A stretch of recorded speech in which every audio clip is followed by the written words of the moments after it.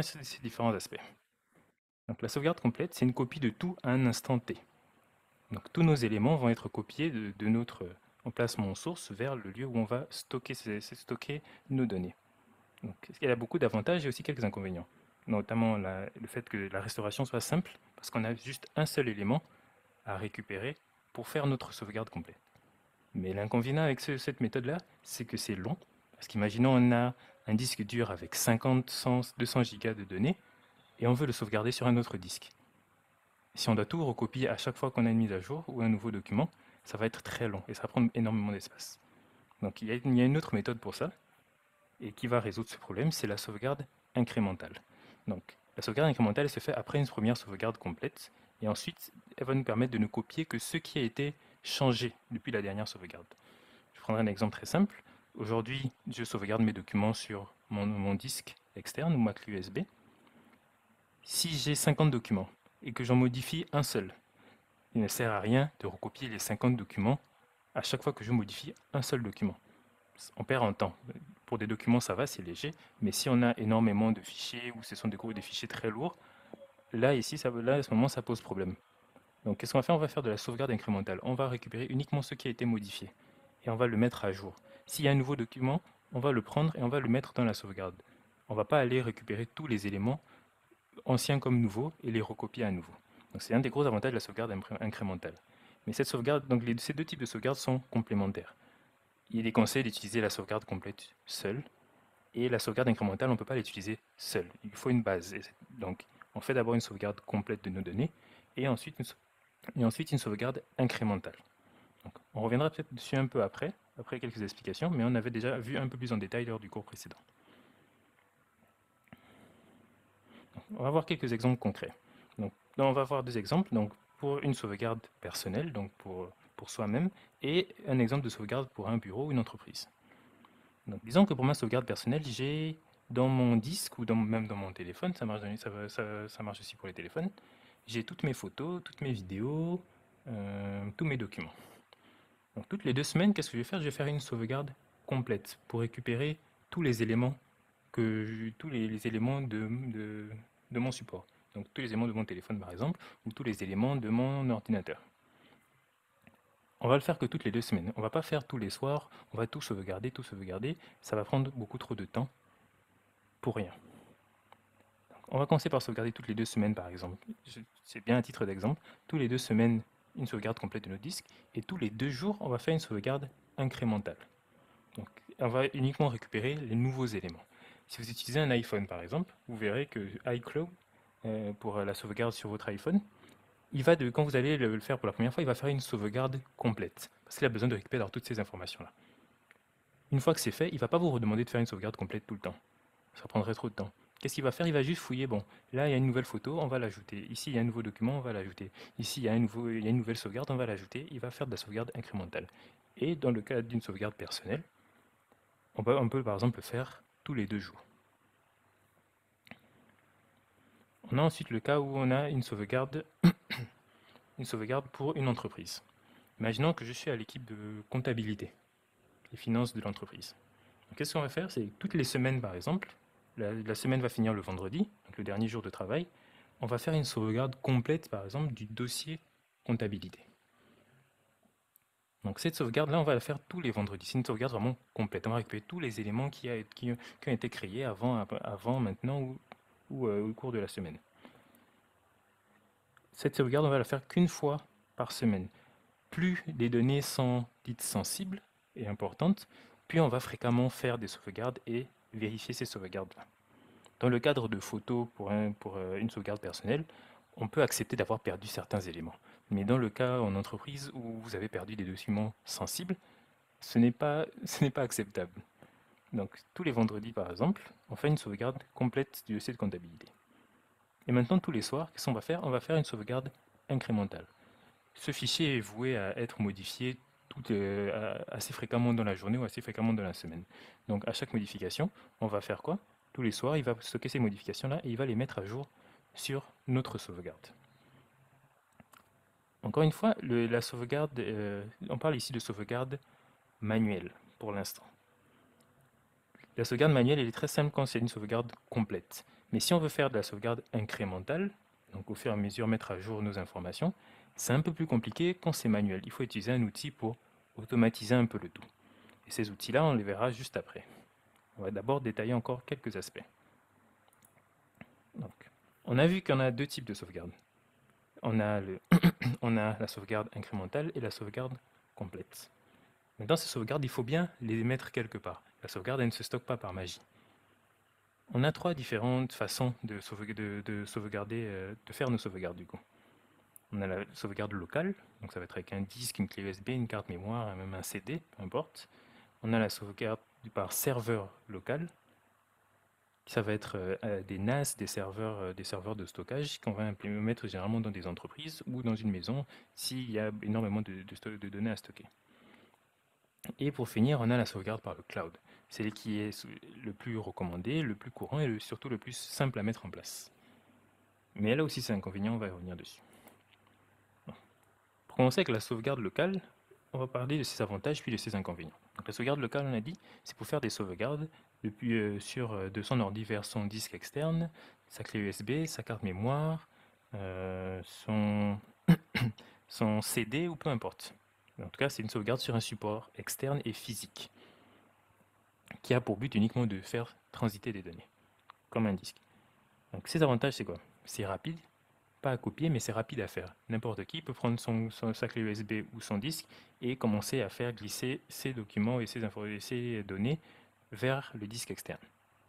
Donc c'est très simple et c'est très rapide. Ensuite, on a aussi la possibilité d'automatiser tout ça. Si on s'y connaît un peu mieux, on peut utiliser des logiciels ou même des options de Windows qui vont nous permettre d'automatiser la sauvegarde. On peut faire en sorte que dès qu'un disque est détecté, il fait automatiquement la sauvegarde en fonction de l'heure, par exemple. Ça revient un peu sur les cas qu'on a vus précédemment. Maintenant, ça aussi de gros inconvénients. Déjà, le risque de perte. Un disque, c'est petit, ça se perd très facilement. Il y a le vol aussi et la dégradation. Si on te vole tes données, tu es dans une mauvaise situation parce que tes données étaient stockées uniquement sur ce disque. Si le disque se dégrade, c'est-à-dire que tu ne l'as pas perdu, on ne l'a pas volé, le disque est là, mais il ne fonctionne plus, il s'est dégradé. Là encore, c'est un autre problème qu'on peut éviter avec d'autres types de sauvegarde. Ensuite, on a le poids. Plus le poids de la sauvegarde augmente, plus il faudra de disques. Donc, si on a une sauvegarde de 10-20 Go, un disque pourrait suffire. Notre sauvegarde commence à monter au fur et à mesure du temps et fait 200 Go. Un disque, c'est déjà assez limite. On va devoir prendre un disque soit avec plus de stockage, soit un autre disque, un deuxième disque. Imaginons que l'on prenne un deuxième disque. Ça coûte plus cher parce qu'il faut acheter un deuxième disque. On remplit ce disque, on utilise ce disque et au bout de quelques temps, on n'est plus à 200 Go, on est maintenant à 400, 500, 600 Go. C'est pas à négliger. Si vous stockez des photos, vidéos et plein d'informations depuis plusieurs années, ce ne serait pas étonnant que vos données atteignent une telle quantité, une telle taille. Aujourd'hui, moi, dans mon cas, faire ma sauvegarde en local, ce n'est plus intéressant. Pourquoi? Parce que quand tu as 2, 3, 4 Tera de données, ce n'est plus si intéressant que ça d'avoir plusieurs disques un peu partout. Donc c'est un des gros inconvénients aussi de la sauvegarde locale. Plus tu as de poids, plus ta sauvegarde pèse, plus il faudra de disques, plus il faut de disques, plus il faut de budget, parce que ces disques-là ne sont pas gratuits, il faut les acheter et il faut les entretenir. Donc ça complexifie encore un peu plus, ça donne encore un peu plus d'inconvénients à la sauvegarde locale. Et il y a deux types de sauvegarde aussi, ils ont leurs avantages qui peuvent combler ces inconvénients-là, mais ils ont aussi leurs inconvénients, et on y va tout de suite. Si vous avez des questions tout au long de mon explication, n'hésitez pas à les poser dans l'espace message et chat du webinaire. On va partir maintenant sur la sauvegarde par un serveur local, aussi appelé un NAS. Donc, c'est ce qu'on peut voir juste ici. C'est un peu comme des mini-unités centrales, mais ce sont en fait des ordinateurs qui sont optimisés pour le stockage, la sauvegarde et le transit des données. Donc, ils ont quoi comme avantage? Déjà, c'est très puissant. On peut faire énormément de choses, on peut avoir beaucoup d'options de configuration, on peut ajouter beaucoup d'éléments dessus. Donc c'est un des gros avantages. Autre chose, c'est il y a aussi la connexion avec Internet qui est possible. Ça veut dire que même si ce disque local, ce serveur local, pardon, il est chez moi, en le connectant à Internet, à mon Wi-Fi, je peux je peux y accéder depuis n'importe où dans le monde tant que j'ai Internet et tant que lui il est connecté à Internet. Donc, bien sûr, ça dépendra aussi de la vitesse de votre connexion, mais dans les faits, je peux y accéder depuis n'importe où tant que j'ai Internet. Le troisième avantage, c'est que c'est aussi très sécurisé. Beaucoup plus sécurisé qu'un disque externe que vous allez utiliser pour vos sauvegardes. Vous pouvez avoir plus de contrôle sur qui y a accès, qui peut se connecter, par quel réseau, mettre des mots de passe, attribuer des profils et des rôles à chaque personne de la maison, par exemple, ou de l'entreprise. Donc ça permet d'avoir énormément de flexibilité sur l'aspect sécurité de vos données. Quatrième avantage, c'est la possibilité d'ajouter plusieurs disques. On peut voir par exemple sur celui-ci qu'on a 4 espaces ici, on appelle des baies ou des racks. Ces espaces-là, on peut y ajouter des disques externes, comme on peut en trouver dans des unités centrales, et donc augmenter la quantité de stockage que l'on a. On peut imaginer que par exemple sur celui-ci où il y a 4 espaces, 4 rangées pour les disques, on peut mettre par exemple pour chaque rangée un disque dur de 500 Go, ce qui nous fera 2 Tera ou 2000 Go au final sur notre serveur de stockage. C'est déjà beaucoup plus qu'un disque. Ensuite, on a un dernier avantage, c'est qu'on peut effectuer plusieurs sauvegardes en simultané. Et ça, c'est très intéressant, parce que sur un disque dur externe, je vais le brancher moi, pour faire, imaginons dans une entreprise, on utilise tous ce disque externe là. On reprend le cas de notre équipe de la comptabilité dans l'entreprise. Chacun a ses mises à jour à faire, ses mises à jour et sauvegardes à faire. Il y a un seul disque, par exemple. Je prends ce disque moi, je fais ma sauvegarde, je dois ensuite le passer à quelqu'un d'autre pour qu'il fasse sa sauvegarde, et ainsi de suite. Si on est 16 dans l'équipe, on va se passer chacun le disque. Et à ce moment-là, vous pouvez me dire, bah alors chacun peut avoir son propre disque. Mais ça reviendra au même. Chacun fait sa copie, il faut bien qu'on... Ça va faire trop de disques, il faut bien qu'à un moment donné, on rassemble toutes ces copies-là. Donc ça complexifie encore un peu plus le schéma. Donc là, on a vu que ça a beaucoup d'avantages d'avoir un serveur local, un serveur NAS, mais ça a aussi beaucoup d'inconvénients. Déjà, le premier, c'est que c'est très souvent difficile à configurer. Du moins si on veut avoir accès à toutes ces options.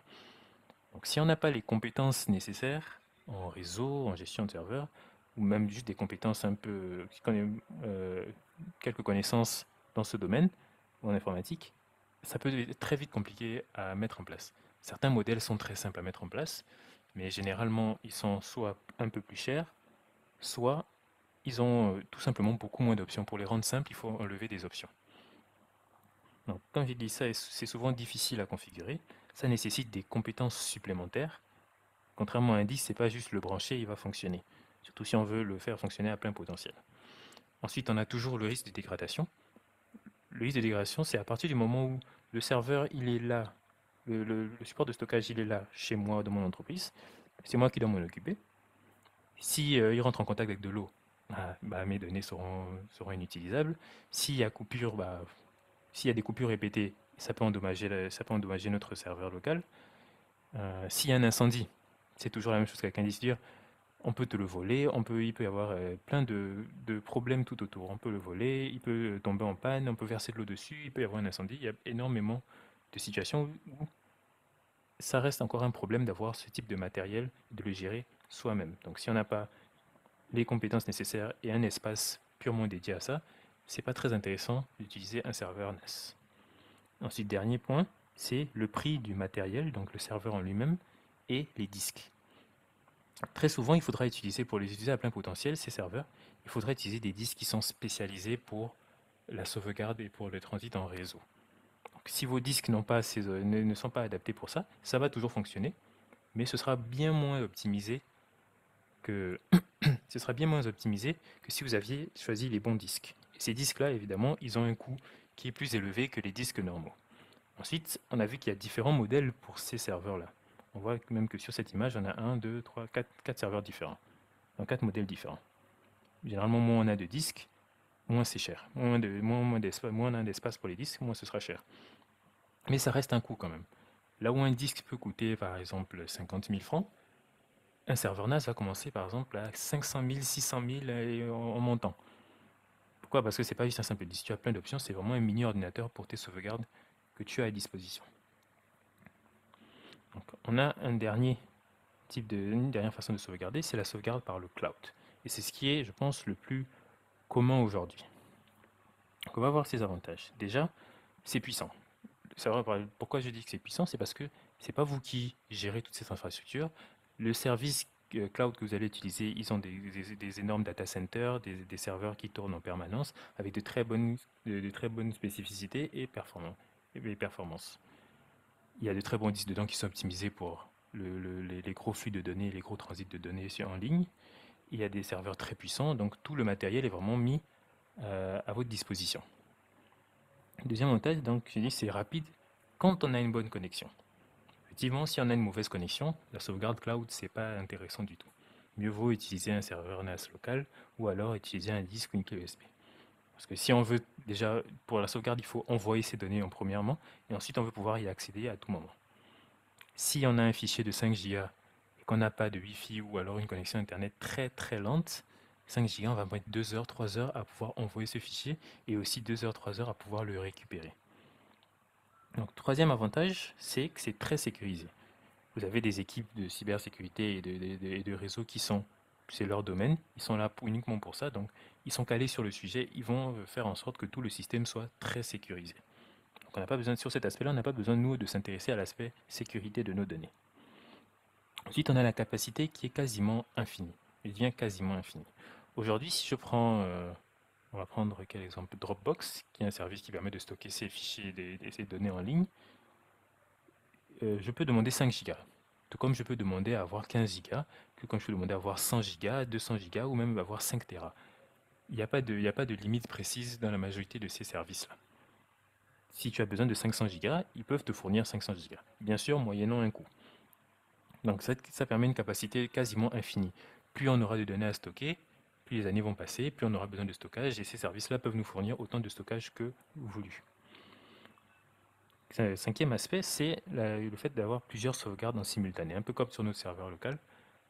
Plusieurs personnes peuvent se connecter à un compte cloud et faire leur sauvegarde en même temps, récupérer des sauvegardes, tout le tout en même temps, et sans que ça ne cause de ralentissement. Dernier point, c'est la prise en main qui est très simple. Si vous avez déjà utilisé Google Photos, qui utilise aussi du coup un service cloud pour stocker les photos, ou n'importe quel autre service, Dropbox, Google Drive, c'est très simple à prendre en main. Pour certaines options, ça demande de s'y pencher un peu plus, mais en général, c'est très très simple à prendre en main. Maintenant, passons au point qui fâche, ce sont les inconvénients. Donc, on a trois gros inconvénients. Déjà, le prix. Évidemment, la majorité ont on va dire, un forfait gratuit. Si on prend l'exemple de iCloud, pour ceux qui ont des iPhones ou des Mac, vous avez 5 Go gratuits à la création de votre compte. Ça, ces 5 Go là, ils ne vous les enlèveront jamais. Mais si tu utilises un service pendant 1 an, 2 ans, 3 ans, 5 Go c'est très très très peu. Donc qu'est-ce qu'il faut faire? Il faut augmenter, il faut passer à un forfait différent. Par exemple, 50 Go. Et ben, ça va coûter un prix. Un abonnement mensuel, par exemple, de 2 euros, 3 euros. Donc, on va dire, non plus globalement, on va dire 5 000 pour augmenter. Ça, c'est si je veux aller à 50 Go. Mais maintenant, les années passent, je commence à avoir de plus en plus d'éléments. Je fais beaucoup de photos, de vidéos. Il faut bien les stocker quelque part. Je vais les stocker dans mon cloud. Et ça, 5 Go, c'est plus suffisant. J'aurais besoin de 200 Go, 1 Tera et tout ça. Le prix va toujours énormément augmenter. Alors pour ceux qui lèvent la main, si vous avez une question, écrivez-la directement dans le chat.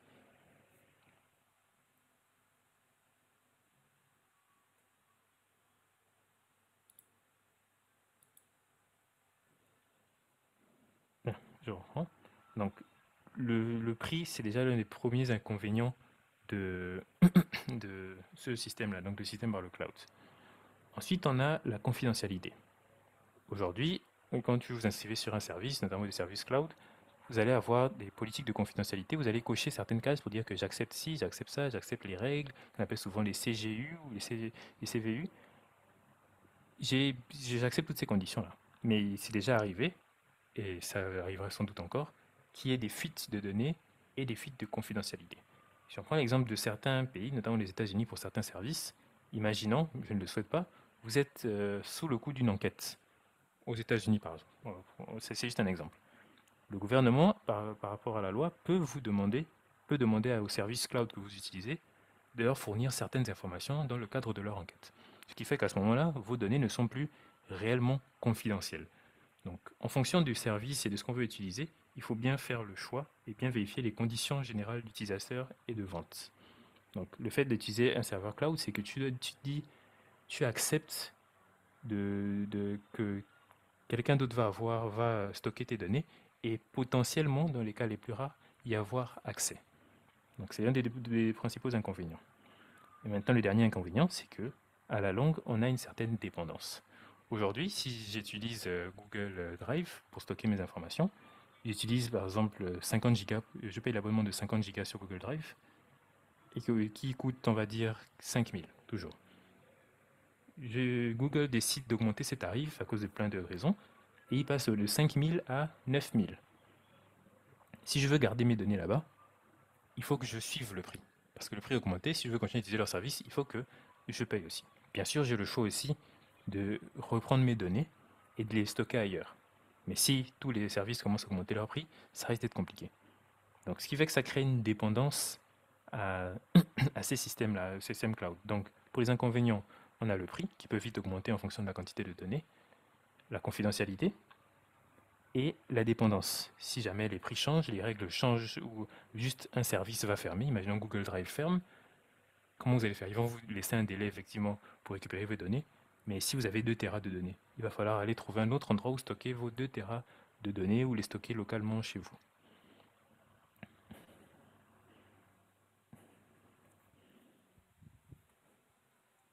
Attendez une minute.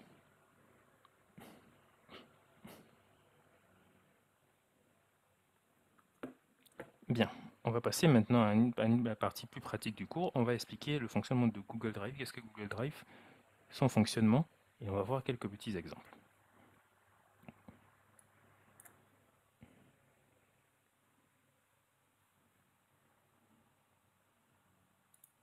Alors, laissez-moi juste une minute.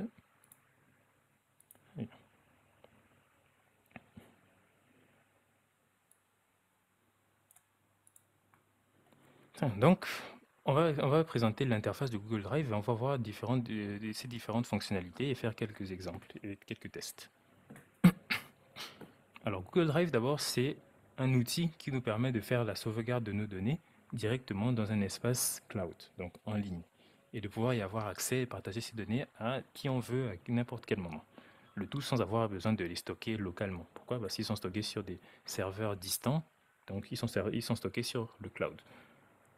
Je précise encore, le cloud, on a vu les disques, la sauvegarde locale, donc avec des disques normaux. La sauvegarde avec des serveurs locaux, des NAS, où on peut mettre nous-mêmes d'autres disques. Et on a le cloud. Le cloud, c'est pas magique. Eux aussi, ils ont des infrastructures dans des data centers, où eux aussi, ils ont énormément de serveurs et de disques qui vont tourner en permanence. Donc c'est juste une mise à l'échelle de tout ce qu'on fait déjà en local, mais vraiment à plus grande échelle. Donc, pour aller sur Google Drive, c'est très simple. Vous allez par exemple taper drive.google.com.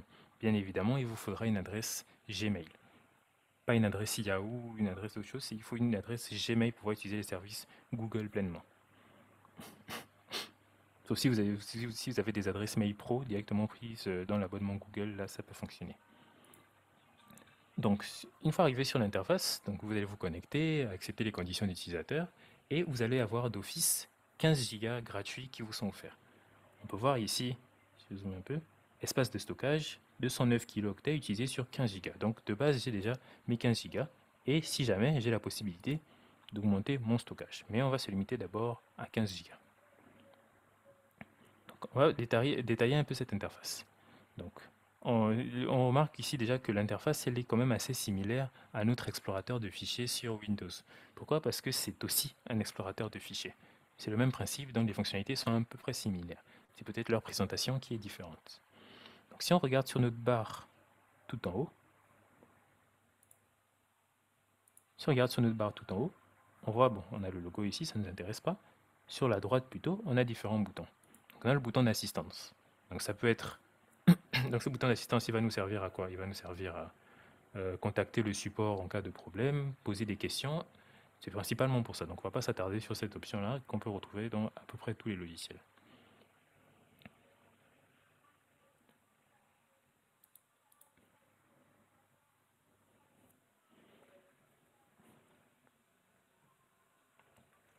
Donc On va continuer sur les autres boutons. On a les boutons de paramètres. Donc si je clique ici, j'ai mes paramètres et différentes options. Donc paramètres, télécharger Drive pour ordinateur, ça on va y revenir juste après.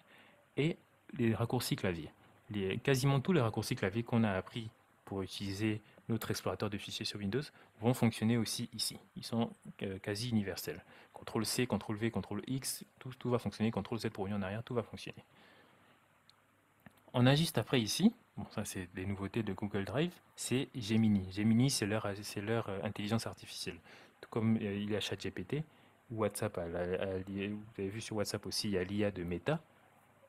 Eux aussi ils ont intégré leur IA à l'intérieur. Donc si je clique dessus, j'aurai une petite fenêtre sur le côté, un petit onglet pardon, sur le côté qui va s'afficher et qui va nous permettre d'utiliser leur assistant IA, Gemini. On ne va pas s'attarder sur lui.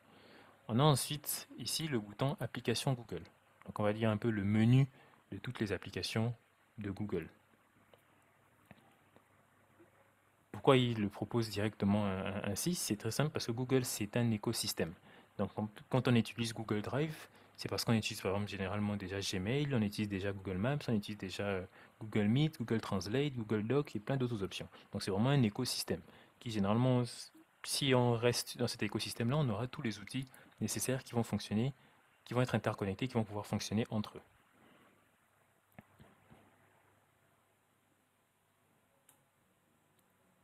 On continue juste ici, on a d'autres options, c'est les options liées à notre compte.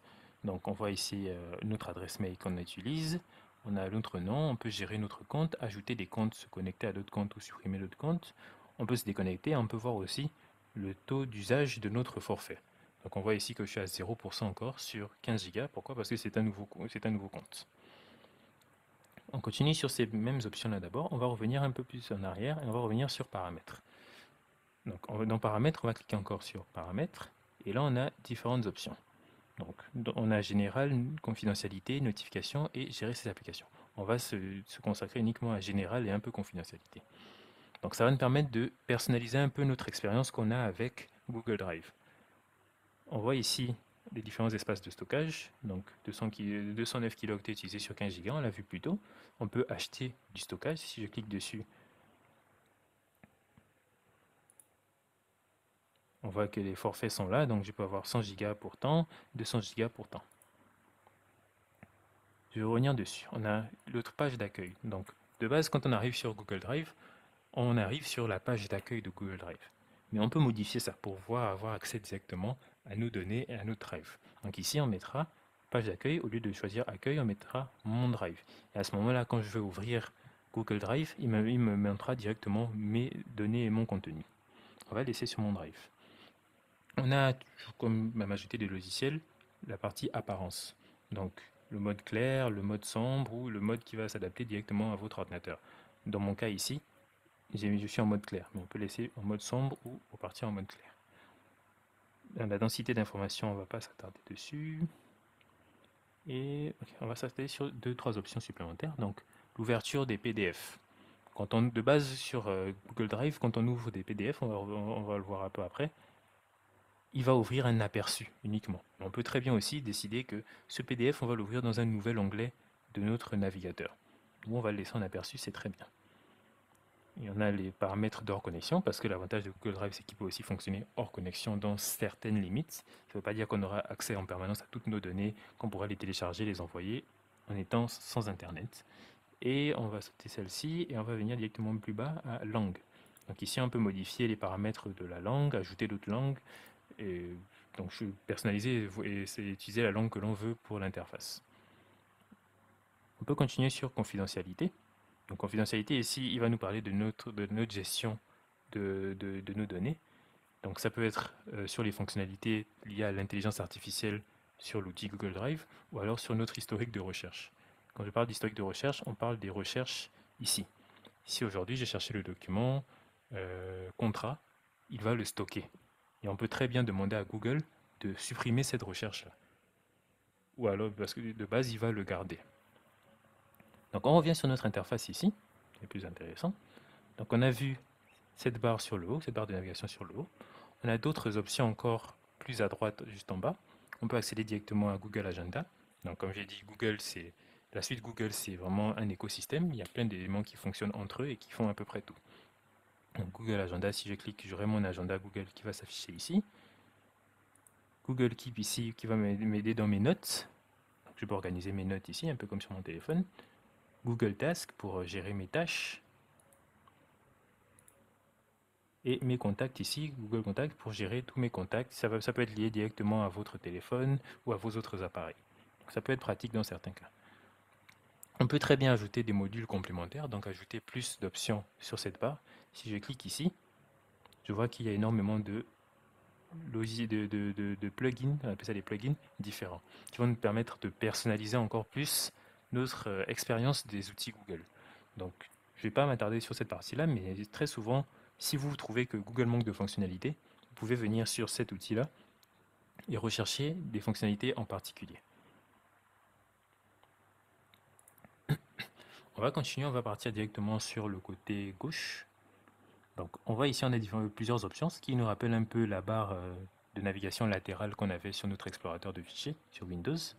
On a le bouton nouveau, donc, qui peut nous permettre de créer un nouveau dossier directement.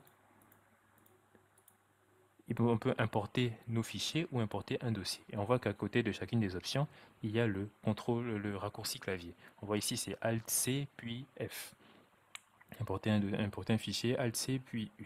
Donc on a des raccourcis clavier pour nous permettre de nous déplacer plus rapidement et plus facilement sur notre interface. On a ensuite ici, toujours plus d'options liées à l'écosystème Google. Google Doc, on va revenir dessus, Google Sheets, Google Slides, Google Vidéo et Google Forms. Donc, vu que tout est lié entre eux, je peux directement créer ces documents depuis Google Drive et les ouvrir pour y accéder et les modifier. On sort de ce menu nouveau, on a donc notre accueil, l'endroit de base qui va nous afficher généralement les tout derniers documents et la barre de recherche. On a mon Drive qui va contenir tous les éléments, il va centraliser tous les fichiers et dossiers que j'ai dans mon Drive. J'ai ordinateur, donc ça c'est si on lie notre ordinateur directement en local avec Google Drive, donc en installant le logiciel Google Drive. On a partagé avec moi, donc comme je l'ai dit, Google Drive c'est aussi collaboratif. C'est-à-dire que je peux très bien avoir un document ici, imaginons j'ai rédigé un texte, je veux le partager avec quelqu'un. Je peux très bien le partager avec lui. Et si quelqu'un partage des informations avec moi, je les retrouverai facilement ici avec partager avec moi. On continue, on a ici la partie récent. Donc on peut voir ici que tous les documents qui sont récents, c'est ici qu'ils apparaîtront. On a un suivi, le terme qu'ils ont utilisé c'est suivi, mais sinon ce sont les éléments que vous allez mettre en favori. Donc je peux prendre un document, cliquer sur l'étoile pour le mettre en favori et il apparaîtra ici. Donc c'est les documents que j'aime le plus, que je veux auxquels je veux avoir le plus accès. On a les spams. Donc si vous avez des fichiers qui sortent de nulle part, des éléments qu'on vous envoie énormément, d'endroits, ces fichiers-là et ces données-là apparaîtront dans les spams. Et elles seront supprimées automatiquement au bout de 30 jours. Et enfin, on a la corbeille qui va nous permettre, tout comme sur notre explorateur de fichiers Windows, quand on veut plus d'un fichier, on le met dans la corbeille et ensuite on a l'option pour vider cette corbeille. Donc, si on sort de ces éléments-là, on revient par exemple dans Accueil, on voit donc Bienvenue dans Drive. On a une barre de recherche qui est très complète avec plusieurs options. On peut filtrer par type de document, par contact, donc la personne qui nous l'a envoyé, par date de modification ou par l'emplacement dans Google Drive. Donc, pour pouvoir continuer à explorer cette interface, qu'est-ce qu'on va faire? On va essayer de créer des documents, d'abord en local, et ensuite de les mettre dans, notre Drive pour les sauvegarder.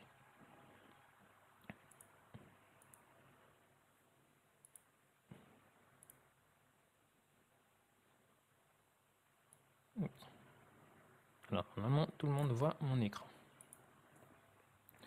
Donc, on va aller dans on retourne sur Windows pour aller dans notre explorateur de fichiers. Donc, je vais ouvrir mon explorateur de fichiers. On se rappelle, le raccourci c'est Windows E pour ouvrir facilement l'explorateur de fichiers. Et on sera de base sur Accueil. On va aller par exemple dans Documents, parce qu'on avait, si vous vous rappelez le cours d'il y a 2 jours, on avait déjà créé quelques documents. Donc on voit qu'on a déjà ici énormément de documents. On va en créer un supplémentaire par exemple. On va le mettre dans Téléchargement. Donc je vais cliquer sur Nouveau, et j'ai plein d'options qui vont s'afficher ici. Donc je peux toujours créer un document texte, utiliser une feuille de calcul Microsoft Excel, utiliser un PowerPoint ou créer un Word.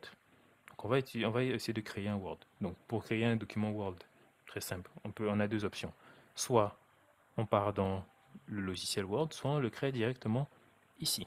Et comme on connaît déjà un peu notre interface, on peut très facilement cliquer sur Recherche ici et taper Word. Et cliquer dessus pour l'ouvrir. À ce moment-là, Word va s'ouvrir. Donc, on ne va pas s'attarder sur les interfaces de ces différents logiciels. Ce n'est pas le but du cours ici. Mais donc, Word va nous permettre, c'est un logiciel de la suite de Microsoft Office, qui va nous permettre de rédiger des documents. Si on veut rédiger des feuilles de calcul et rédiger des formules, on va utiliser Google Sheets. Si on veut faire des présentations, on va utiliser on va utiliser Microsoft Excel. Si on veut faire des présentations, on va utiliser Microsoft PowerPoint. Donc, je suis sur Word ici. On va créer un nouveau document vierge. Et on va par exemple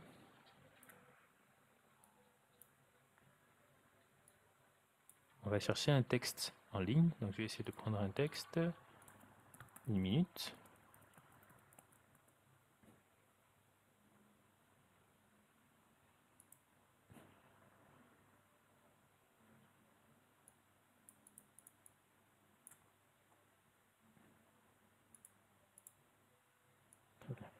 Donc ici j'ai un texte.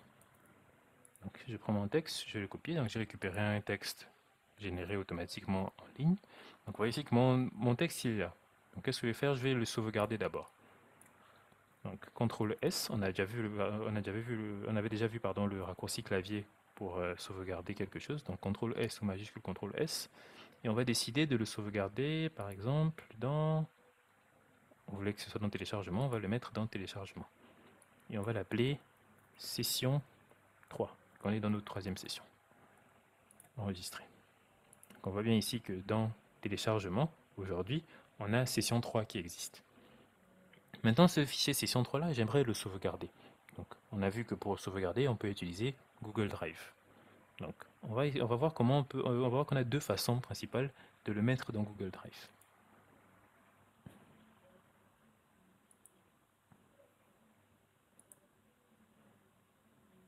Je vais prendre ma fenêtre Google Drive, la placer ici. Et donc là, on est sur Google Drive. Donc, on va même pas dire qu'on a deux façons, on a trois grandes façons de le faire. Donc, la première façon, ça va être de cliquer sur Nouveau et de cliquer sur Importer un fichier. C'est-à-dire que là, je suis par exemple dans mon Drive, je vais cliquer sur Importer un fichier, il va m'ouvrir une fenêtre et il va me proposer d'importer mon fichier. Donc, je vais aller dans le dossier qui est concerné, téléchargement, session 3, l'ouvrir, et on voit ici qu'il est en train d'importer le fichier. Et notre interface s'est mise à jour ici, le fichier est bien importé. Donc, si on voit bien notre document ici, session3.docx. Donc on peut toujours filtrer, mais bon, ça ne sert à rien vu qu'ici on n'a qu'un seul document. On voit la date de modification, il y a une minute. Et on a quelques options supplémentaires, on peut l'ouvrir directement, on peut le télécharger, le renommer, créer une copie, on peut le partager avec d'autres personnes, on peut l'organiser dans d'autres fichiers. Et on peut aussi avoir quelques informations sur ce fichier, ainsi que le placer dans la corbeille. Donc ici, on va le garder là pour l'instant. Quoique non, on va le supprimer parce qu'on va montrer d'autres façons d'ajouter ces documents-là. Donc on va le supprimer, le placer dans la corbeille. On peut aller dans notre corbeille et on a l'option vider la corbeille, supprimer définitivement. Et là, notre corbeille, elle est vide.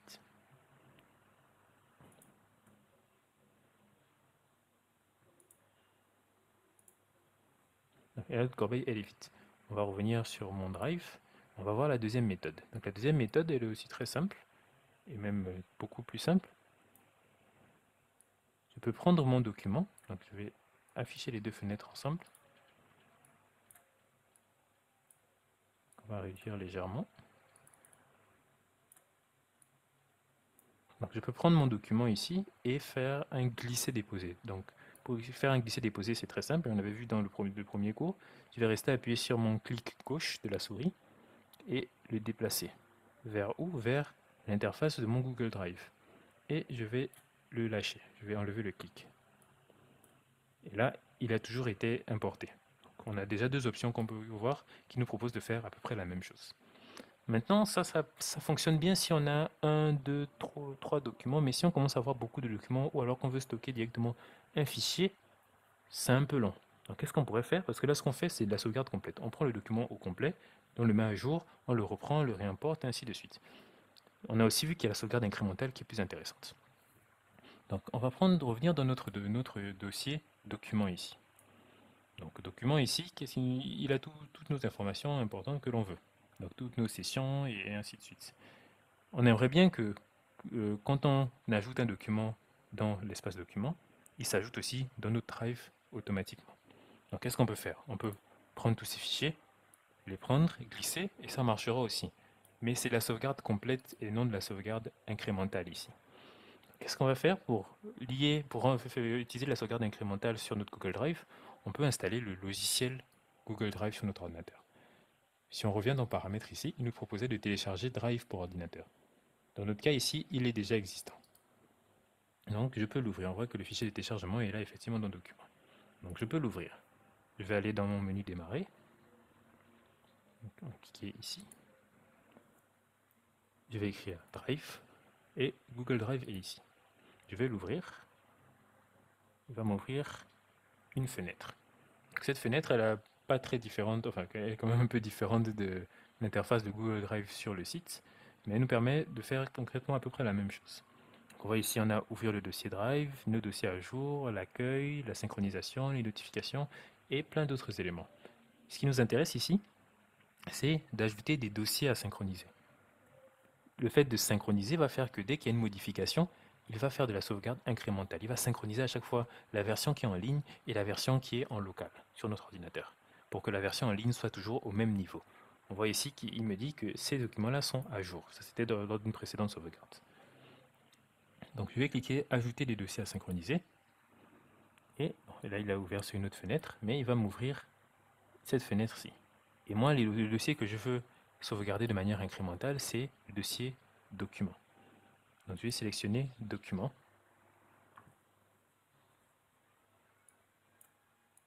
Une fois dans, il va ouvrir sur notre fenêtre et sélectionner document. Et donc il me dit ici, donc paramétrer. Document, ça fait 395 mégas au total. Il y a 3 photos, vidéos et 26 autres fichiers. Je peux sauvegarder avec Google Photos les photos et les vidéos, ou juste sauvegarder et synchroniser avec Google Drive. On va laisser sur Google Drive pour l'instant et cliquer sur OK. Donc maintenant qu'on a cliqué sur OK, on voit ici que le document il a été ajouté. Donc mon ordinateur portable, Google Drive, document. Et là on peut utiliser enregistrer. Et là on voit qu'ici il est passé en mode synchronisation. Donc il est en train de synchroniser tous nos fichiers pour les ajouter sur notre Drive en ligne. Si on revient sur notre Drive, on essaie de l'ouvrir, on pourra voir qu'il a déjà certaines informations. Si je recharge ma page, mon Drive, je viens dans mon Drive, ordinateur, mon ordinateur portable, et on voit ici Documents. Et si je clique, je vois que les éléments ont commencé à être sauvegardés. Si je regarde bien ici, il reste encore 2 minutes environ, parce que certains fichiers sont plus ou moins lourds, mais il a effectivement bien commencé à sauvegarder nos fichiers. Donc on va attendre un peu qu'il avance dans sa sauvegarde et on va continuer. Donc on voit que c'est pas très compliqué déjà pour intégrer la sauvegarde incrémentale quand on utilise des outils qui sont liés au cloud. Donc ce sera le même principe si vous utilisez Google Drive, si vous utilisez Dropbox, si vous utilisez iCloud, si vous utilisez Mega ou n'importe quel autre système de sauvegarde sur le cloud. Ils ont toujours leur logiciel qui permet d'être lié à l'ordinateur pour pouvoir faire nos sauvegardes de manière plus efficace. Donc il reste un fichier, c'est le plus lourd. On peut continuer sans lui d'abord.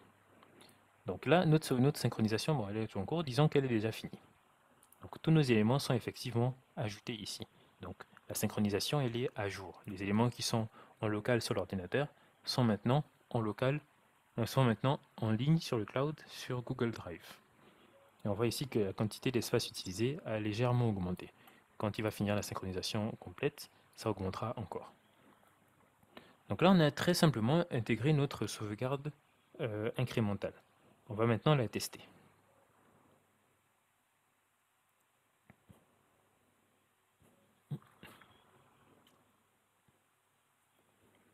Donc, maintenant que notre sauvegarde incrémentale elle est faite, on peut essayer de modifier notre fichier document ici.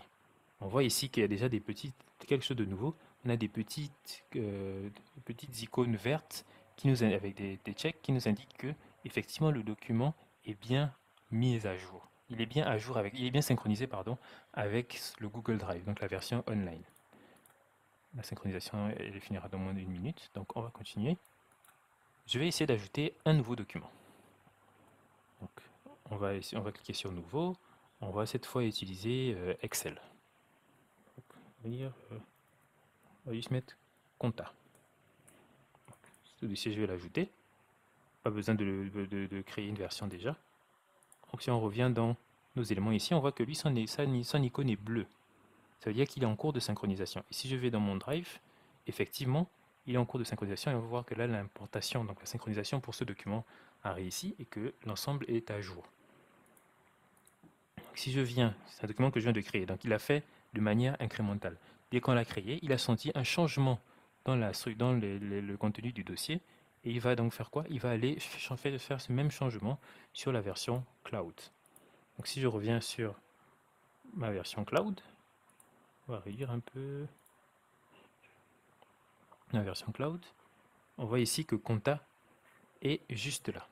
Ici, c'est une sauvegarde temporaire, c'est pour ça que le nom est un peu différent. Mais on a que compta est juste là et qu'il a été créé il y a une minute. Donc, qu'est-ce que je peux faire? Je peux l'ouvrir. Donc, vu que Google Drive a son ensemble d'outils, donc la suite Google, je peux très bien ouvrir mes documents texte ou mes documents Excel directement depuis mon Google Drive. Et il va ouvrir les équivalents de la suite Microsoft. Donc, ici, il ne peut pas ouvrir avec Doc. Fichier. Je pense que j'ai exporté dans le mauvais format, mais bon, c'est pas intéressant, c'est pas important, pardon. Donc on voit ici que compta, lui, il a réussi à s'ouvrir. C'est un fichier qui a été créé sur Excel. Donc qu'est-ce qui va se passer? Si je le mets à jour depuis mon ordinateur en local, donc, je reviens sur compta sur mon logiciel. Je vais mettre ligne 1.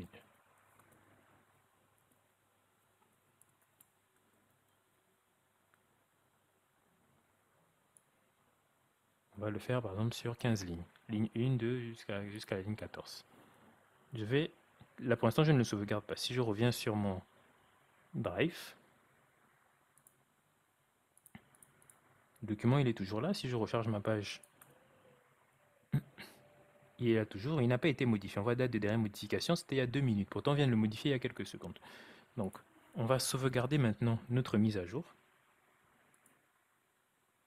Et on voit ici que compta est repassé en bleu. Pourquoi? Parce qu'il a détecté que le document est différent de sa version précédente. La version que moi j'ai en ligne, elle est différente de la version que l'ordinateur me propose. Donc il va faire quoi? Il va le mettre à jour. Si on revient dans Google Drive, on voit que ici, compta est repassé en haut parce qu'il vient tout juste d'être mis à jour. Je vais repartir sur mon interface Google Drive et l'interface se mettra généralement à jour automatiquement. Et on voit que cette fois, compta, la dernière date de modification, c'était il y a quelques secondes, effectivement, 19h59. Donc, effectivement, le dossier était bien à jour. Si je repars sur mon Excel, je vois que bon, c'est pas ce que j'ai moi, c'est pas à jour. Qu'est-ce qui va se passer si je recharge cette même page?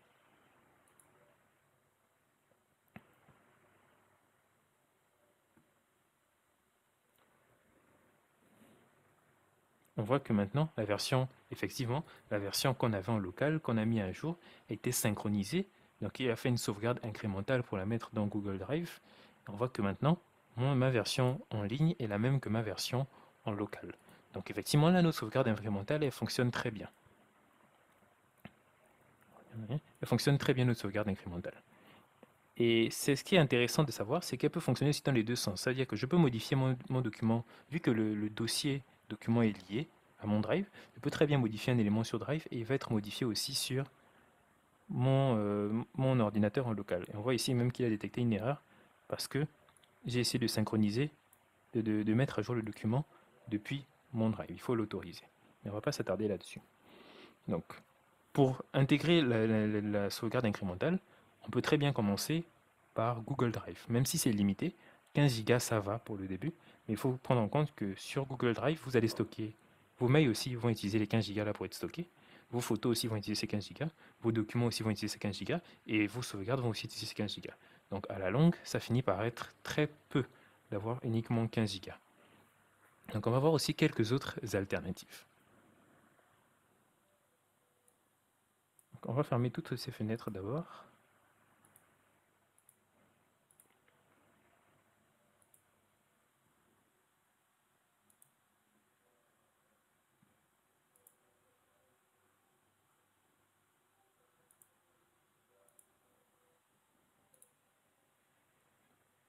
Alors on a une question plutôt. Et ne mettez pas vos questions sur la partie questions-réponses. Mettez-les directement sur le chat parce que on n'a pas on n'a pas l'onglet questions-réponses ouvert en permanence. Donc, Elisabeth, désolé de répondre un peu en retard à ta question. Est-ce que les distilleurs prennent aussi des virus comme des clés USB?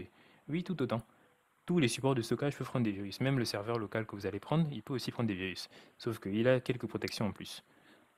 Votre clé USB aussi, elle a des virus. Votre ordinateur, tous les éléments peuvent collecter des virus. Donc, il n'y a aucun qui est, comment dire, qui n'a pas été, qui est couvert par ce problème-là. Alors, on va profiter de répondre à toutes les autres questions. Est-ce qu'il y a des alternatives à Google Drive? Peut-on enregistrer nos données sur plusieurs clouds différents? Oui, vous pouvez très bien enregistrer vos données sur différents services cloud. Alors, le chat est fermé. Ah, d'accord. Je vais regarder. Monsieur Pascal, est-ce que vous pouvez regarder pour le chat pour l'ouvrir? Vérifier les options.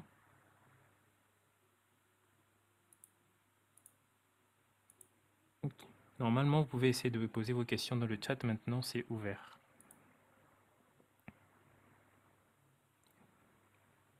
Ok, c'est bon. Donc, on va continuer les questions là-bas. Donc oui, je reviens sur la question de Hans. Effectivement, il y a d'autres alternatives. Ça, rien ne vous empêche d'utiliser différents outils de cloud différents. Donc, on va revenir sur notre présentation. Une minute.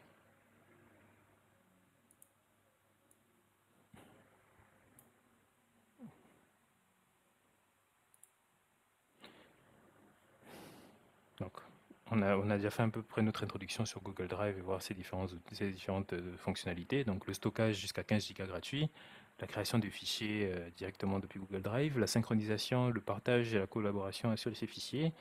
On a aussi notre option, on n'est pas passé dessus, mais c'est l'historique des versions. C'est-à-dire que j'ai eu ma version de mon document Excel qui était vierge. Donc le document était vide. C'est une première version. Je vais le mettre à jour, j'aurai une deuxième version. Je vais le mettre à jour encore, j'aurai une troisième version. Donc ça nous permet jusqu'à un certain niveau de pouvoir revenir en arrière si on a fait des modifications qu'on ne devait pas faire sur un document. Donc on ne va pas s'attarder sur ces deux derniers aspects-là. Donc le stockage, on a vu, la création de fichiers, le partage et la collaboration, on va revenir dessus un peu, l'historique de version et les accès hors ligne. Donc, on va revenir sur l'aspect d'abord de sécurité avant de détailler les alternatives à Google Drive. Donc il faut savoir que Google Drive, les données sont chiffrées. Ça veut dire que déjà lors du transfert, quand je suis sur Google Drive et que je demande à Google Drive de prendre un fichier et de l'envoyer sur ses serveurs, le chemin qu'il crée de mon ordinateur vers son serveur, il est protégé. Donc les données qui vont passer là-bas sont chiffrées. Donc ce qui fait que si quelqu'un essaie d'intercepter ces données-là, de se mettre au milieu, c'est un type de cyberattaque qui est très connu, si quelqu'un essaie de se mettre au milieu de ce chemin et de récupérer les données, il va pouvoir récupérer ces données-là, mais elles sont cryptées, elles sont chiffrées. Ça, donc il ne pourra rien en tirer de là. Est-ce possible de faire une sauvegarde incrémentale depuis un disque dur externe? Oui, vous pouvez faire une sauvegarde incrémentale depuis un disque dur externe en utilisant soit des logiciels adaptés, soit en utilisant les options Windows. Si vous tapez sur la barre de recherche, on a les options de Windows pour faire la sauvegarde et la restauration et la synchronisation des données. Donc il y a plein d'options sur Windows, c'est un peu plus technique pour les mettre en place sur Windows, c'est pour ça qu'on a préféré parler de Google Drive et on parlera de ces autres alternatives. Mais vous pouvez très bien le faire depuis Windows directement, de faire des sauvegardes incrémentales. Donc j'espère que j'ai bien répondu à ta question, lui. Donc je reviens sur l'aspect sécurité et confidentialité de Google Drive. Donc les données qui vont transiter sont chiffrées, ce qui fait que personne ne pourra se mettre au milieu pour intercepter ces données. Et même s'il le fait, il ne va rien pouvoir récupérer de concret. Ce sera des données totalement chiffrées. Et ces mêmes données qui ont été chiffrées lors du transfert, elles sont aussi chiffrées lors du stockage sur les serveurs de Google, dans le cas de Google Drive.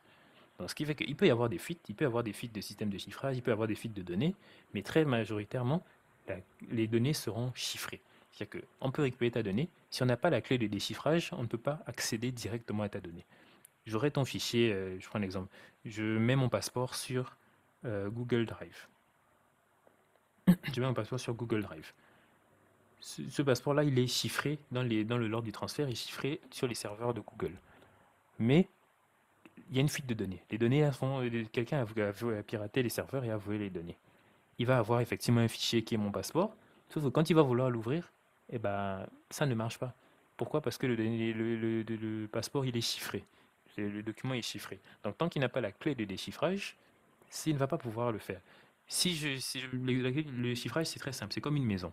Si je ferme ma porte à clé, celui qui n'a pas la clé ne va pas rentrer. Si je lui donne la clé ou s'il fait une copie de la clé, il va pouvoir rentrer et voir tout ce qu'il y a dans la maison. Donc, monsieur, comment expliquer que l'on supprime des photos et des vidéos dans son espace iCloud, mais que néanmoins, on signale qu'il est toujours saturé? Alors, si dans le cas d'iCloud, par exemple, très souvent, il faut, en plus de supprimer les données qui existent déjà, il faut désactiver l'ajout de nouvelles données. Donc, dans les paramètres iCloud, vous pouvez faire en sorte que il ne sauvegarde plus certaines informations. Donc, vous allez dans Paramètres, iCloud, Sauvegarde, et vous allez voir, il y a une option pour désactiver les paramètres des photos. Donc ça, c'est l'une des premières options. La deuxième option, c'est que vous vous connectez sur iCloud directement pour avoir accès à l'explorateur de fichiers de iCloud et supprimer définitivement ces éléments-là. Souvent, quand vous supprimez un élément, il peut rester 30 jours généralement en secours, c'est-à-dire qu'il est dans la corbeille. Si jamais tu as besoin de ce document-là en urgence, tu peux annuler la suppression et il va revenir. Donc très souvent, si ça prend encore de l'espace, il faut essayer de voir de ces deux côtés-là. Soit tu l'as supprimé, mais il s'est encore remis à jour, parce tu n'as pas désactivé l'option pour les mises à jour, soit il est encore stocké temporairement durant 30 jours. Alors, ça me demande qui garde la clé. La clé, elle est gardée par du côté de Google. Mais c'est assez particulier, parce que cette clé-là, leur serveur la connaît, mais eux non plus n'y ont pas accès. C'est un principe assez particulier sur le chiffrement des données. C'est que très souvent, on a une clé de déchiffrage de ces données-là, mais qui est très sensible et qui n'a pas la possibilité d'être accédée par n'importe qui dans une entreprise, par exemple. C'est pas parce que je travaille chez Google que j'ai accès à cette clé de chiffrement, cette clé de chiffrement ou de déchiffrage. Et très souvent même, pour un individu ou un autre, la clé va changer. C'est-à-dire que ça ajoute une sécurité supplémentaire. Chacun a sa propre clé. Imaginez, c'est vrai, dans une maison, un quartier, on a tous les mêmes portes, on a tous des portes, mais si on a tous les mêmes clés, il suffit qu'un seul s'est fait voler sa clé et tout le monde est vulnérable. Donc ces clés-là sont gardées par les fournisseurs de données, mais elles sont aussi, il y a une sécurité qui est ajoutée pour que même eux, s'ils le veulent, ils ne peuvent pas forcément y accéder. Et je dis bien pas forcément y accéder. Et ça commence très bien à répondre à la question de Audric. Donc quand je dis pas forcément y accéder, on voit ici que et si c'est le gouvernement qui veut avoir accès à nos données. Si c'est le gouvernement qui a accès aux données, ça rentre dans le cas où j'ai dit pas forcément avoir accès à nos données. Il y a des cas où ils peuvent forcer l'accès à ces mêmes données-là parce que, bien évidemment, ces clés-là, elles sont gardées par Google. Google s'engage à ne pas les utiliser, sauf dans le cas de la loi. Quand la loi s'applique, le fait que qu'il t'ait dit que bon, on va pas utiliser tes clés, ça saute. Cette condition-là saute. La loi nous a dit qu'il faut utiliser tes clés. Et là, à ce moment-là, ils vont pouvoir déchiffrer tes données. Comme le cas précédent où vous avez dit qu'ils peuvent y avoir accès, oui. Oui, donc je pense que j'ai très bien répondu à cette question-là. Donc on continue. Avant même de continuer, on peut faire un petit exemple sur le chiffrage des données pour que ce soit un peu plus explicite. Donc je vais ouvrir une autre page.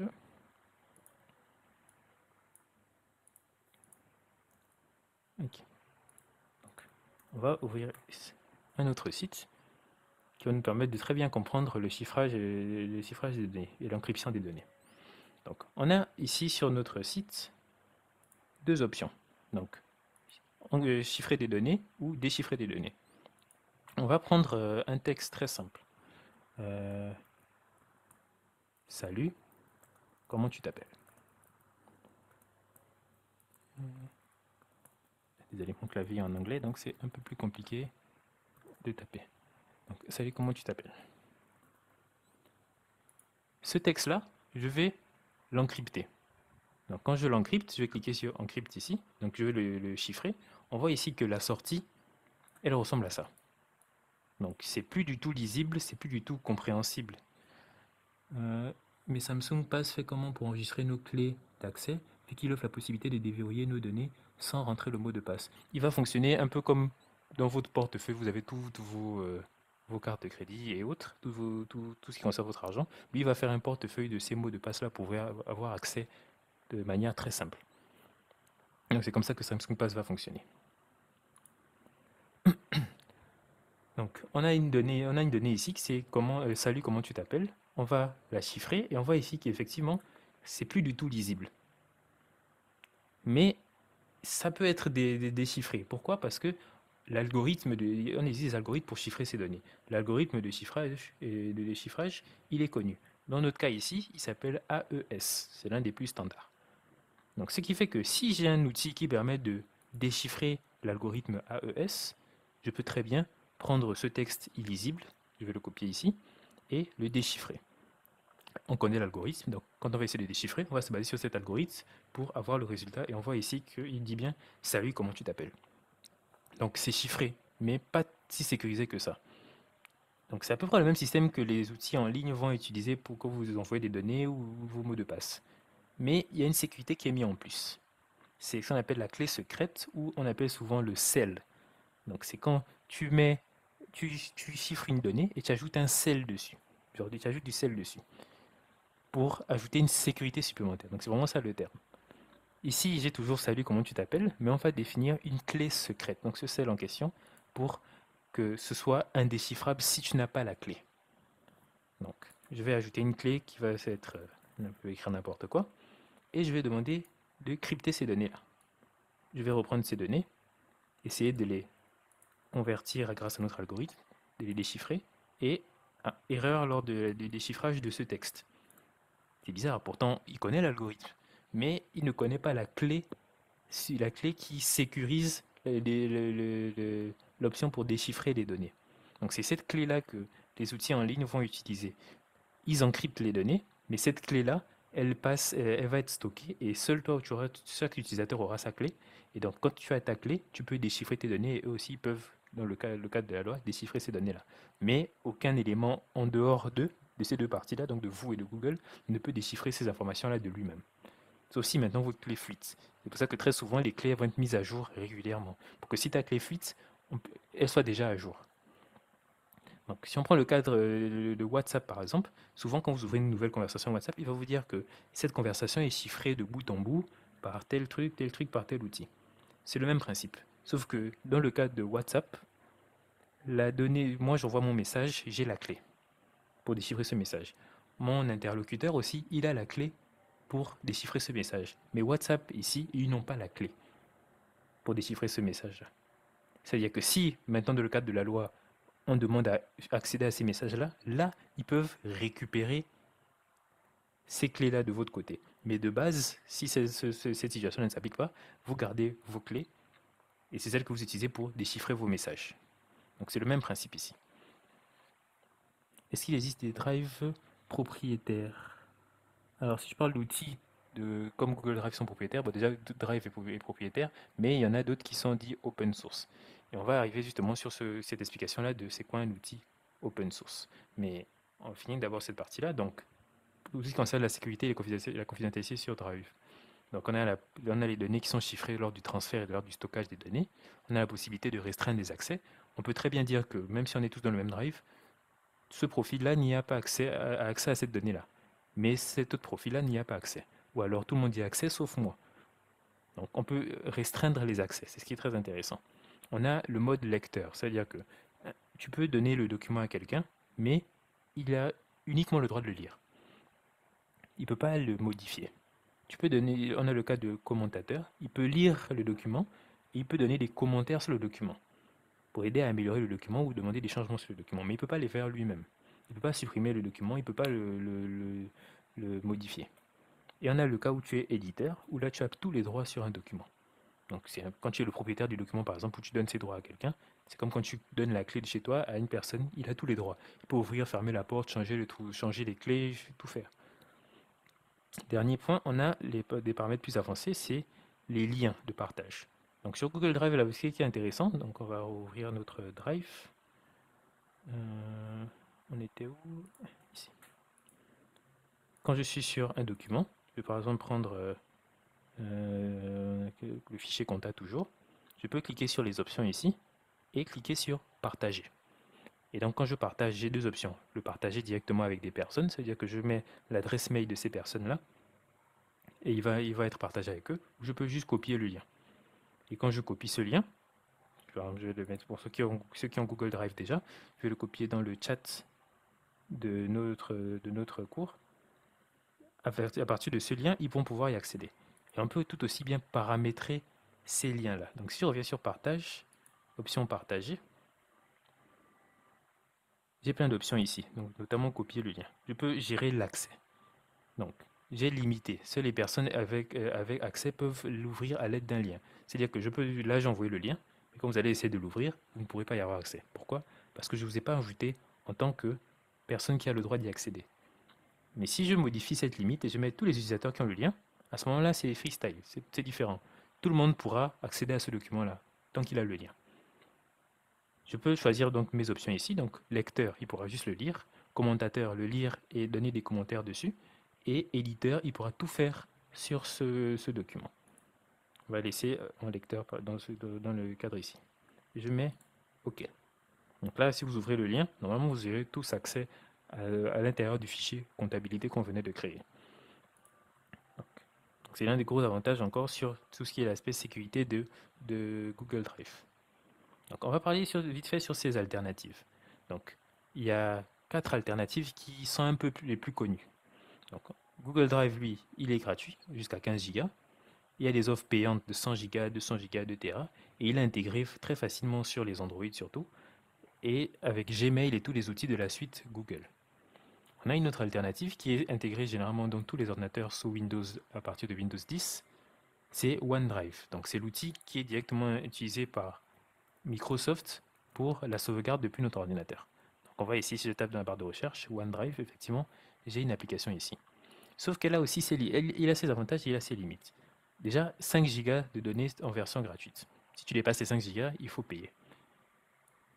Il a aussi des offres payantes, donc avec l'abonnement Microsoft 365, qui est un abonnement très intéressant, ça vous donne accès à tous les outils de Microsoft, que ce soit Word, Excel, Google Sheet, pas Google, PowerPoint, voilà. Il vous y donne accès avec cet abonnement-là en plus de 1 Tera de données. Mais encore une fois, ça a un coût, c'est une offre payante. Et sa particularité, c'est qu'il est intégré, donc, comme j'ai dit, à Windows 11 de base et aussi à Windows 10. On a un autre compétiteur encore, qui ne fait pas partie d'une aussi grosse entreprise que Google et Microsoft, c'est Dropbox. Dropbox, lui, je pense qu'actuellement, il est effectivement à 2 Go en version gratuite, ou un peu plus, on pourra vérifier. Donc il a tous les mêmes aspects que les autres, donc ils font à peu près tous la même chose. Tous, ils ont les mêmes fonctionnalités. Sauf que OneDrive et Google Drive, ils intègrent leurs propres outils à l'intérieur, comme Google Doc, Word et ainsi de suite. Donc c'est leur gros avantage. Dropbox aussi, il a ses offres payantes. On voit ici offre 2 Tera et plus, à partir d'un certain montant. Et ses particularités, c'est très simple comparé. Il est encore plus simple, je pense, que Google Drive et OneDrive. Donc c'est un de ses gros avantages. Ensuite, on a iCloud Drive. Donc, c'est ce que vous avez sur vos ordinateurs macOS et sur vos téléphones de base. Donc, dès que vous créez un compte Apple, vous avez automatiquement vos 5 Go gratuits sur iCloud. Donc, bien sûr, ça propose aussi des offres payantes, 50 Go, 200 Go, 2 Tera, et je pense même qu'on peut aller plus loin. Puis, son gros avantage, c'est l'écosystème des appareils Apple. Quand il y a un appareil Apple, c'est toujours plus simple de sauvegarder avec iCloud que de sauvegarder avec Google Drive, Dropbox ou OneDrive. Donc il y a encore pas mal d'autres options, mais ça ce sont les plus connues et les plus simples à mettre en place. Maintenant, on a encore d'autres aspects, toujours dans le cadre des outils cloud et même des outils de sauvegarde, c'est quand un outil est dit open source ou libre. Donc un logiciel open source ou libre, c'est un programme dont le code est public. Donc c'est-à-dire que tout le monde peut l'étudier, le modifier ou le redistribuer librement. Donc ça veut dire qu'aujourd'hui, imaginons que WhatsApp était open source, j'aurais très bien pu prendre le code, faire mes modifications sur mon code de l'application et publier ma version de WhatsApp. Toujours sur Google Play Store ou sur l'App Store, j'aurais pu publier ma propre version. Pourquoi? Parce que le code est libre, il est open source. Donc, ce qui fait que n'importe qui peut l'utiliser à peu près comme il veut. Donc, pourquoi je parle de ça? C'est parce que ça apporte quelques avantages. On a plein d'outils qui sont open source et le fait d'être open source, non seulement donc c'est gratuit, tu peux le mettre n'importe où tu veux l'utiliser. Et ce qui concerne la confidentialité des données, ça ne te concerne que toi. Tes données ne vont pas transiter, dans d'autres serveurs que le tien ou que ton ordinateur. Donc ça, c'est un gros plus dans la partie confidentialité et sécurité des données. Alors Stéphane demande comment accéder au code de l'open source. Alors c'est plutôt au code des outils open source. Il y a des sites, en cherchant très simplement sur Internet, vous pouvez voir, vous faites une recherche outils open source, vous allez voir les différents outils open source, des sites qui recensent ces outils open source là.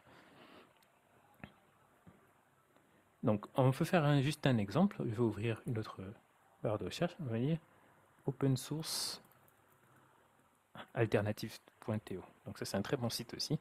Donc je vais ouvrir ce site. Donc on voit ici qu'il nous propose plein d'outils. Donc on va prendre le cas d'outils que l'on connaît. On va prendre Word. Il va chercher. Bon, il n'a pas trouvé. Attends, on va écrire Microsoft Word peut-être. Microsoft Word ou alors Office. Office.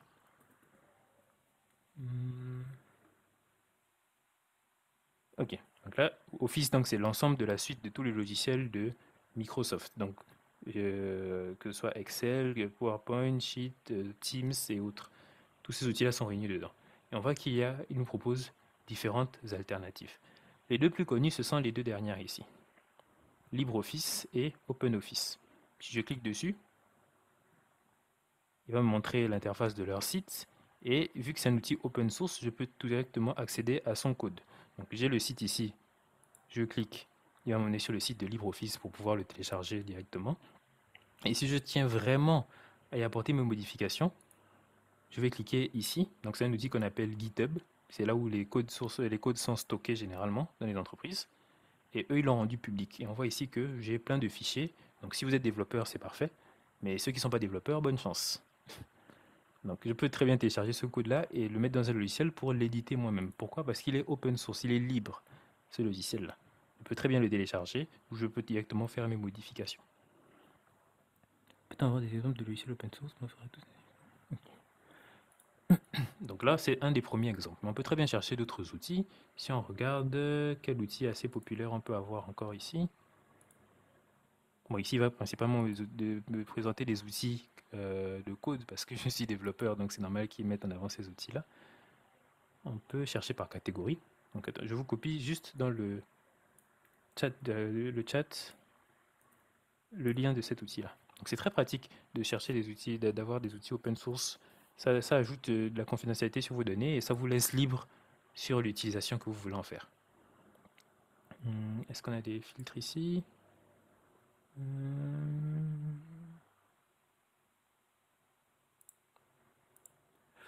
Bon, il y a énormément d'options ici, beaucoup de filtres. On va pas continuer à trop s'y attarder. C'était pas le but, mais au moins vous connaissez le site.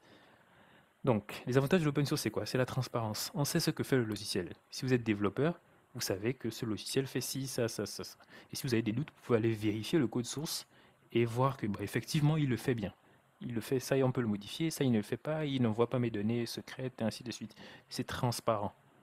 Là où, évidemment, pour les plus grosses entreprises, ces outils-là ne sont pas, ça manque de transparence. C'est à peu près compréhensible parce qu'ils sont en concurrence avec d'autres outils. Ce sont des entreprises, leur but c'est de faire de l'argent. Si je montre à tout le monde comment je fais mon logiciel secret, tout le monde va pouvoir le reproduire et je ne suis plus compétitif. Donc c'est normal que ces entreprises ne rendent pas tous leurs outils open source. Donc on a la sécurité, parce que le code, tu peux le vérifier toi-même directement. La gratuité dans la majorité des cas. La majorité des outils open source sont souvent gratuits. Si vous avez par exemple vos propres serveurs, vous pouvez les héberger dans vos propres serveurs. Il y a plein d'outils pour ça, ou les héberger directement sur votre ordinateur. Donc s'ils sont gratuits, il n'y a pas besoin d'abonnement. On a la collaboration mondiale. Donc quand on parle de collaboration mondiale, c'est le fait que vu que tout le monde a accès à ce code source, tout le monde peut apporter ses modifications. Imaginons WhatsApp, il était open source. Je vais dire que bon, moi, de mon côté, j'ai ajouté une fonctionnalité qui permet d'envoyer des vidéos à 500 personnes en même temps. C'est un exemple très simple. Je vais pouvoir la mettre en ligne gratuitement et donc améliorer l'existant. Donc c'est là une amélioration continue qui est disponible grâce à l'open source, au fait que tout le monde y a accès, tout le monde peut modifier et tout le monde peut améliorer l'outil. Donc des exemples très simples, on a Linux. Donc Linux c'est un système d'exploitation, tout comme on a Windows, macOS ou Android ou iOS, on a des systèmes d'exploitation open source, c'est-à-dire que tu peux aller fouiller le code et reproduire ce système toi-même, faire des versions différentes de ce système, ajouter des fonctionnalités à ce système. Et lui, dans le cas des systèmes, c'est Linux qui est le plus populaire. On a Firefox qui remplace Google Chrome, pardon, et d'autres navigateurs, qui est tout aussi gratuit open source. VLC pour voir des vidéos, films et autres. LibreOffice qu'on a vu plus tôt pour remplacer toute la suite Office et Google Doc. Et GIMP qui est un peu un logiciel de dessin.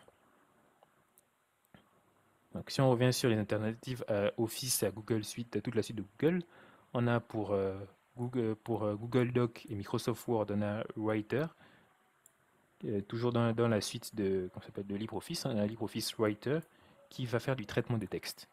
On a LibreOffice Calc qui va nous permettre de faire la même chose que Excel et Google Sheets, donc des tableurs.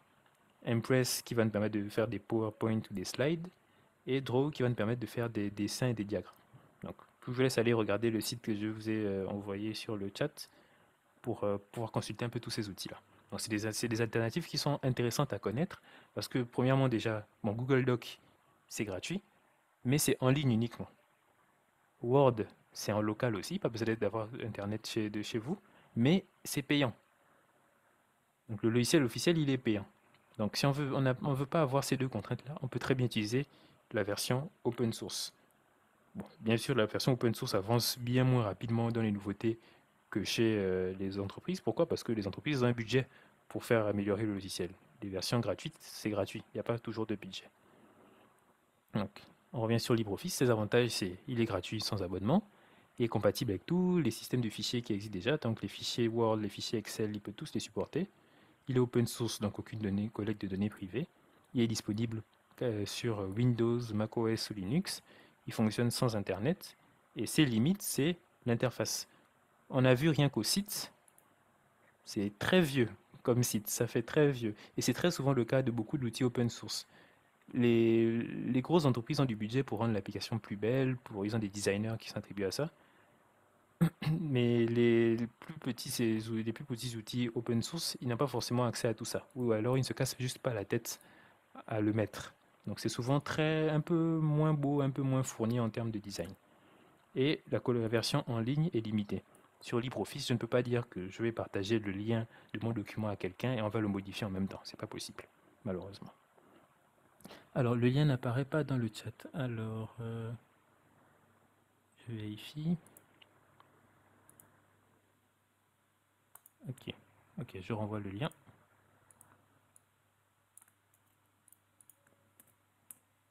Voici le lien. Et pour ceux qui veulent refaire les tests qu'on avait fait avec le fichier Google Sheets, donc le Excel, voici aussi le lien juste en bas. Okay. Si moi ça n'avait pas envoyé quand j'ai cliqué sur envoyer. Donc pour finir, on va voir les différents choix de navigateurs qu'on a. Parce qu'il y a aussi on peut, dans le cadre le plus simple, on utilise souvent Microsoft Edge qui est intégré aux ordinateurs et Microsoft Microsoft et Google Chrome. Alors Amalia, est-ce qu'on peut le copier pour regarder plus tard? Oui, oui, bien sûr, il n'y a pas de souci. Le lien du doc, il va rester ouvert. Et le lien du site aussi, il est ouvert. Donc vous pouvez le copier et l'utiliser plus tard, il n'y a pas de souci. Donc, on a différents outils, différents navigateurs. C'est très important de choisir son navigateur parce qu'en fonction de notre cadre d'utilisation, on peut en avoir besoin d'un différent des autres. Google Chrome, c'est le plus simple. C'est rapide, c'est compatible avec tout, c'est sur tous les ordinateurs, c'est disponible sur tous les ordinateurs, c'est disponible sur tous les appareils quasiment. Tout à Google Chrome. Mais ça a un problème, c'est que ça consomme beaucoup de RAM. Pour ce qui se rappelle du tout premier cours, on a parlé de la RAM. C'est des éléments qui permettent à notre ordinateur, c'est de la mémoire volatile qui va nous permettre de traiter plus rapidement certaines données. Plus on a de RAM, plus ce traitement de données-là va aller vite. C'est une explication assez... on survole juste le sujet, on ne va pas revenir en détail dessus. Donc Google Chrome, c'est rapide et compatible avec tout, mais ça consomme beaucoup de RAM. Mais ça reste toujours gratuit et compatible avec tout. C'est un de ses gros avantages. On a d'autres alternatives. Pourquoi j'ai mis ça en particularité? Ça consomme beaucoup de RAM pour un ordinateur assez puissant, ça va. Si on ouvre quelques fenêtres ou quelques onglets. Mais si vous avez un ordinateur un peu vieux qui n'a pas beaucoup de performance, pas beaucoup de RAM, un vieux processeur, si vous utilisez Google Chrome et vous ouvrez beaucoup de pages, il va commencer à devenir très très très lent. Donc c'est un des gros désavantages. On a d'autres outils comme Microsoft Edge. Actuellement on est sur actuellement on est sur Chrome. Mais si j'ouvre ici, on voit ici l'interface de Edge qui est légèrement différente. Donc Edge, l'avantage, c'est que c'est intégré directement dans les ordinateurs Windows. C'est très économe parce que ça consomme peu de performance. C'est basé aussi sur le même modèle que Chrome. La majorité des outils pour des navigateurs sont basés sur le modèle de Chrome. Donc c'est basé sur Chrome et c'est très bon pour, par exemple, l'ouverture des PDF, le traitement de texte et tout ça. Et c'est toujours très simple à utiliser. On a parlé plus tôt dans les outils open source de Firefox, de son nom complet, Mozilla Firefox. Donc l'avantage c'est quoi? C'est open source, donc ça protège très bien la vie privée. Tu peux très bien toi-même modifier le code, faire tes propres versions, il n'y a pas de souci. Donc ce qui fait que c'est très personnalisable. On a Brave, un peu moins connu, mais sa grande particularité c'est qu'il arrive à bloquer quasiment toutes les pubs. Si vous allez sur sur des forums, des sites, des blogs, peu importe, qui comportent souvent beaucoup de pubs, il est très pratique parce qu'il bloque quasiment toutes les pubs. Donc il s'appelle Brave. Et il est très axé sur la confidentialité des données justement.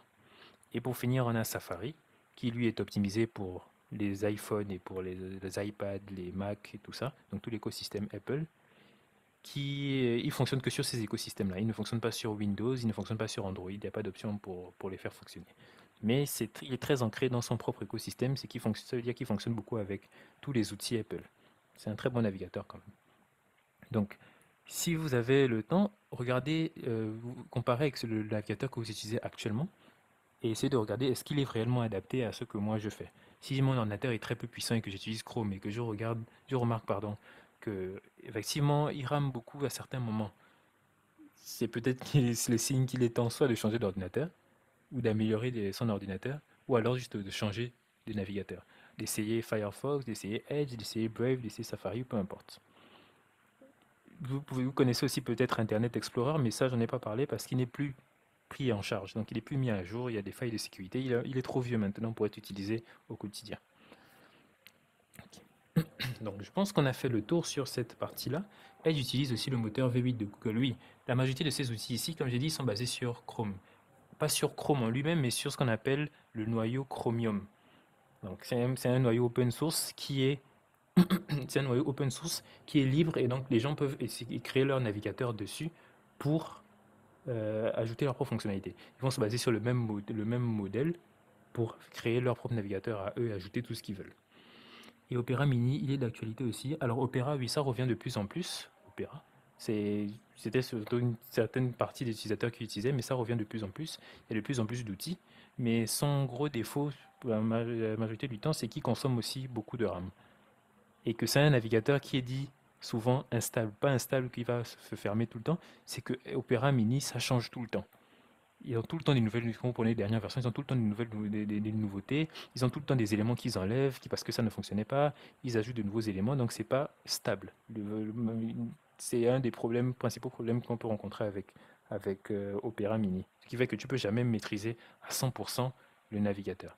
Quand tu maîtrises un navigateur comme Chrome il est là depuis longtemps, le fonctionnement ne change pas, il y a des nouveautés mais ça ne change pas énormément, les raccourcis clavier ne changent pas, les outils ne changent pas, comment les fonctionnalités ne disparaissent pas vraiment, ils en ajoutent seulement. Est-ce qu'il existe des navigateurs dédiés à certaines tâches? Oui. Tor, oui, très, très bon exemple, Tor. Tor, c'est un outil pour avoir accès à une version du web qu'on appelle souvent le dark web, entre guillemets, mais sinon il y a plusieurs couches du web, c'est pas directement le dark web. Donc c'est un navigateur qui va nous permettre d'accéder à cette couche-là, donc Tor. Il est intégré de base sur Brave.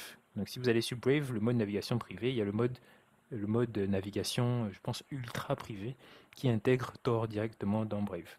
Donc ça, c'est vraiment dans des cas très précis. Il y a très peu, honnêtement, utiliser Tor, il n'y a qu'1% des gens sur Terre qui a vraiment l'utilité de Tor, je dirais. Et même 1%, je pense que c'est beaucoup. Et si on prend encore d'autres cas de navigateurs qui sont dédiés à certaines tâches, on a très récemment, vous connaissez tous ChatGPT, eux aussi, ils ont créé leur propre navigateur. Si je me souviens bien, le nom c'est... on va chercher directement sur Internet. On va s'arrêter sur ça. ChatGPT, navigateur.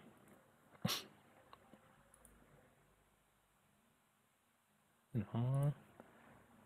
Voilà, ChatGPT Atlas. Donc c'est un navigateur qui fonctionne comme tous les autres, sauf qu'il a une très bonne intégration de tout ce qui est la partie IA. Tu peux poser des questions directement. Si tu veux faire beaucoup de traitement d'informations, ce genre de navigateur-là est très pratique et il est vraiment dédié à cette tâche. En termes de consommation, qu'est-ce qui est mieux? Celui qui consomme le moins. Alors, quand on parle de consommation, ça va être vraiment la consommation en termes de performance et automatiquement, ça va se répercuter sur la consommation, par exemple, de la batterie. Plus tu utilises, tu auras besoin de performance, plus la batterie va se vider. Dans ce cadre-là, Edge est très très bon sur ce point-là. Il consomme très peu de performance et donc de batterie, par exemple. On a Safari aussi, si vous êtes sur Mac ou sur votre iPhone. C'est très très bon aussi, très optimisé. Très bon pourquoi? Parce qu'il est optimisé pour ces appareils. Et je pense en dernier, Firefox qui n'est pas trop mal aussi en termes d'optimisation. Et le pire que vous pouvez avoir vraiment en termes d'optimisation et de consommation, c'est Google Chrome. C'est le leader mondial, c'est celui que les gens utilisent le plus, mais il a beaucoup de défauts liés surtout à la performance. Voilà, voilà. Je pense qu'on a fait le tour sur cette partie.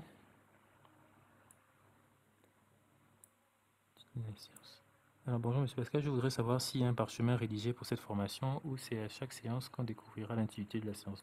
Alors je laisse Monsieur Pascal y répondre directement s'il est dans le chat.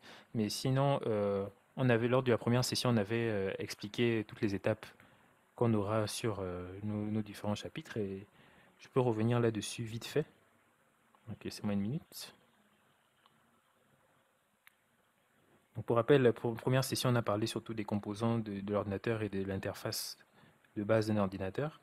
La deuxième session, on a parlé toujours des types de sauvegarde et on a développé un peu plus l'interface de Windows. Y a un groupe WhatsApp pour cette formation?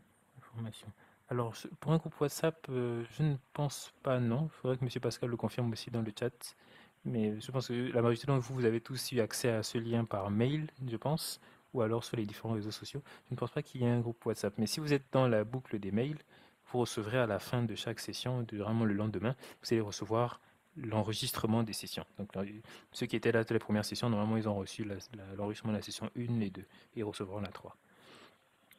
Donc, notre prochaine session, ce sera lié aux emails et à la sécurité, toujours.